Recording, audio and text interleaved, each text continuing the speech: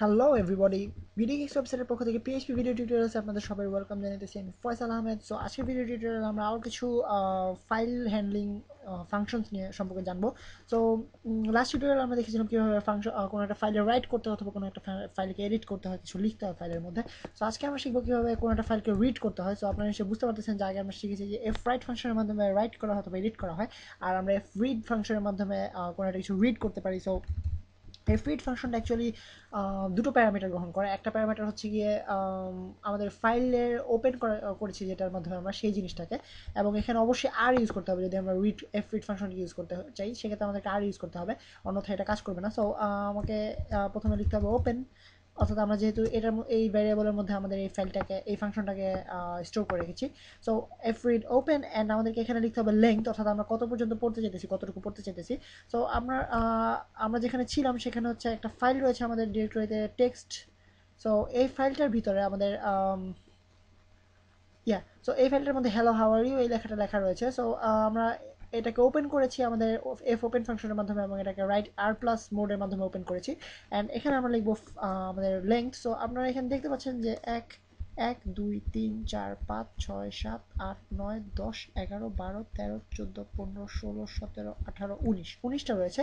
তো আমরা যদি এখানে 10 লিখি, অ্যান্ড অ্যাকচুয়ালি আমাকে এটা একটা স্ট্রিং ভ্যালিউকে রিটার্ন করে। সো আমরা যদি এটাকে একটা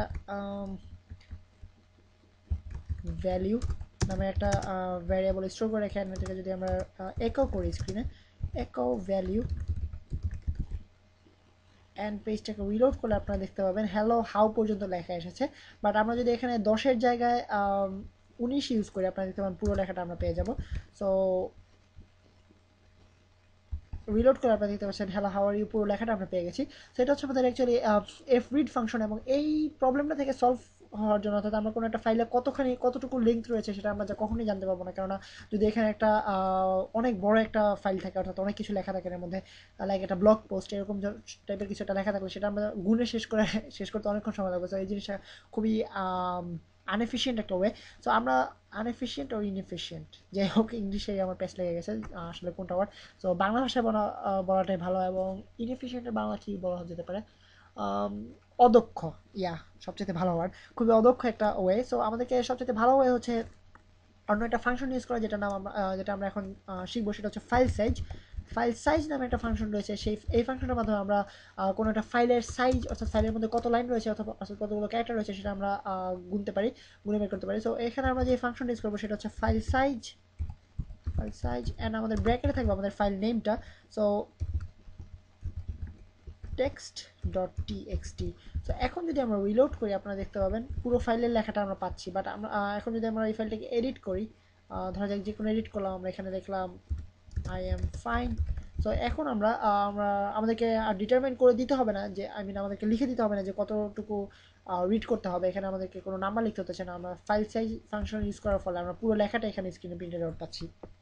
তো এটা হচ্ছে আমাদের অ্যাকচুয়ালি এফ রিড ফাংশন, এবং এফ রিড ফাংশনের চাইতে একটা ভালো ওয়ে হচ্ছে ফাইল এই ফাংশনটা ইউজ করা, অর্থাৎ এফ রিড ফাংশনটা খুব বেশি ইউজ করা হয়। বাট আরেকটা ওয়ে রয়েছে সেটা হচ্ছে ফাইল। বাট ফাইলের কাজ হচ্ছে ফাইল ফাংশন ফাইল।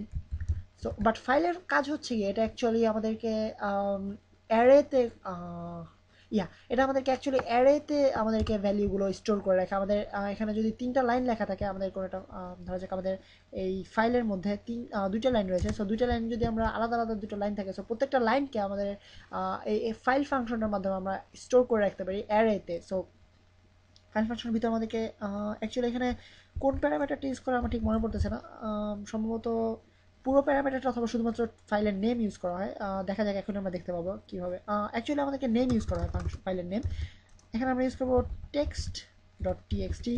তো এখন যদি আমরা ধরা যাক অ্যারে নাম দেওয়া যাক, যেহেতু এটা অ্যারে হিসাবে স্টোর করে। অ্যান্ড আমরা যদি অ্যারেটাকে স্ক্রিনে প্রিন্ট আউট করি, আমরা জানি অ্যারে প্রিন্ট আউট করার জন্য ফাংশন হচ্ছে প্রিন্ট আর, অ্যান্ড প্রিন্ট আর এর আন্ডারে আমরা লিখবো অ্যারে প্যারামিটারটা আমরা পাস ইন করলাম। সো এখন যদি রিলোড করি, আপনারা দেখতে পাচ্ছেন প্রত্যেকটা লাইনের আন্ডারে, অর্থাৎ প্রত্যেকটা লাইনকে একটা নতুন করে অ্যারেতে স্টোর করে রাখা হয়েছে 0 এবং 1 ইন্ডেক্সের আন্ডারে।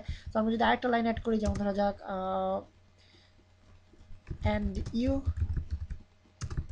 একটা লাইন অ্যাড করলাম অ্যান্ড এটাকে সেভ করার পরে আমরা যদি পেজটাকে রিলোড করি আমরা দেখতে পারেন আরেকটা নতুন অ্যারে গঠন হয়েছে টু ইন্ডেক্সের আন্ডারে এবং সেটার লাইন সেটার ভ্যালু হচ্ছে সেটাতে স্টোর করা আছে এন ইউএই সরি এই লাইনটা। তো এটা হচ্ছে আমাদের ফাইল ফাংশন অ্যান্ড ফাইল ফাংশনের চাইছে আরও ভালো একটা ওয়ে রয়েছে সেটা হচ্ছে আমাদের file get content function. So এটার কাজ হচ্ছে আমাদেরকে অ্যারেতে না স্টোর করা স্ট্রিংয়ে স্টোর করে রাখে আমাদের ভ্যালুটাকে।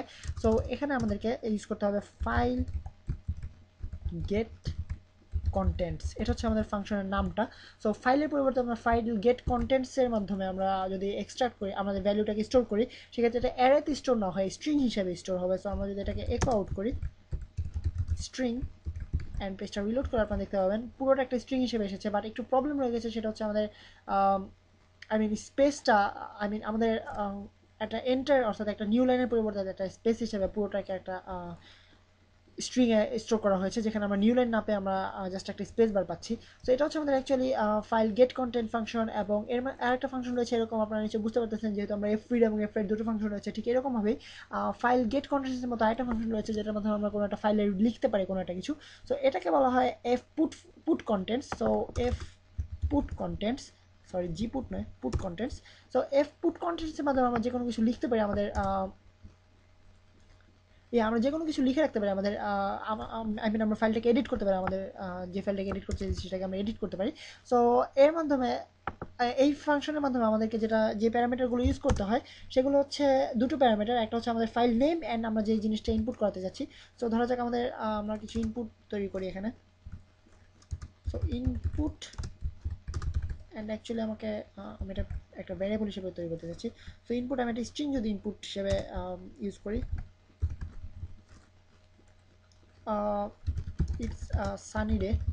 সো একটা সানি ডে নামে একটা ইটস সানি ডে নামে একটা ইনপুট তৈরি করলাম অ্যান্ড আমরা যদি এই ইনপুটটাকে আমরা ইনপুট করতে চাই অর্থাৎ আমরা এই ইনপুটটাকে যদি আমরা স্টোর করতে চাই এডিট করতে চাই আমাদের টেক্সট ফাইলটাকে এডিট করে এই জিনিসটাকে ইনসার্ট করতে চাই সেক্ষেত্রে আমরা এই সিনট্যাক্সটা ইউজ করবো। অর্থাৎ আপনারা দেখতে পাচ্ছেন যে প্রথমে আমাদের ফাইল নেম অ্যান্ড দেন আমরা যেটা ইনপুট করতে চাইছি সেটা।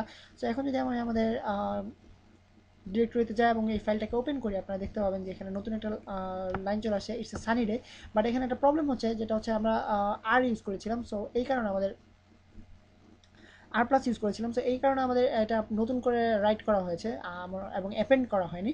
সো আপনারা নিশ্চয়ই অ্যাপেন্ড করার ক্ষেত্রে এ প্লাস ইউজ করতে হবে এটা আপনারা বুঝতে পারতেছিলেন এবং আপনাদের টাস্ক রইলো বাইরের কাজ যেটা হোমওয়ার্ক সেটা হচ্ছে অ্যাপেন্ড ইউজ করে আপনারা চেষ্টা করবেন যে এই জিনিসটাকে কাজ করানো যায় কিনা। কারণ আমি এখানে আপনারা দেখতে পাচ্ছেন ইউজ করেছি সরাসরি ফাইল নেম, বাট আমি এই জিনিসটাকে ইউজ করিনি, এই ওপেনটাকে ইউজ করিনি। সো আপনারা চেষ্টা করবেন কীভাবে অ্যাপেন্ড করা যায় অর্থাৎ আগের ফাইলের পরবর্তীতে এই জিনিসটা অ্যাড করা যায় সানি ডে লেখাটা অ্যাড করা যায়। সো এই পর্যন্ত আজকে টিউটোরিয়াল এবং আমরা কয়েকটা ডিফারেন্ট ফাংশন সম্পর্কে শিখলাম। আশা করি জিনিসগুলো আপনাদের কাজে লাগবে এবং নেক্সট টিউটোরিয়াল আপনার সাথে আবারও দেখা হবে। সে পর্যন্ত আপাতত সাইন অফ করতেছি আমি ফয়সাল আহমেদ এবং আমি এখনও জানি না যে নেক্সট টিউটোরিয়াল আপনাদেরকে কী দেখানো হবে, আরও ফাইল ফাংশন নিয়ে কথা বলবো নাকি নতুন করে আমরা অন্য কোনো কিছুতে টার্ন করবো অথবা শিফট করবো। সো নেক্সট টিউটোরিয়ালটা আপনাদেরকে দেখতে হবে যদি জানতে হয় যে কী শিখতে যাচ্ছি আমরা। সো আবারও দেখা হবে, বাই বাই।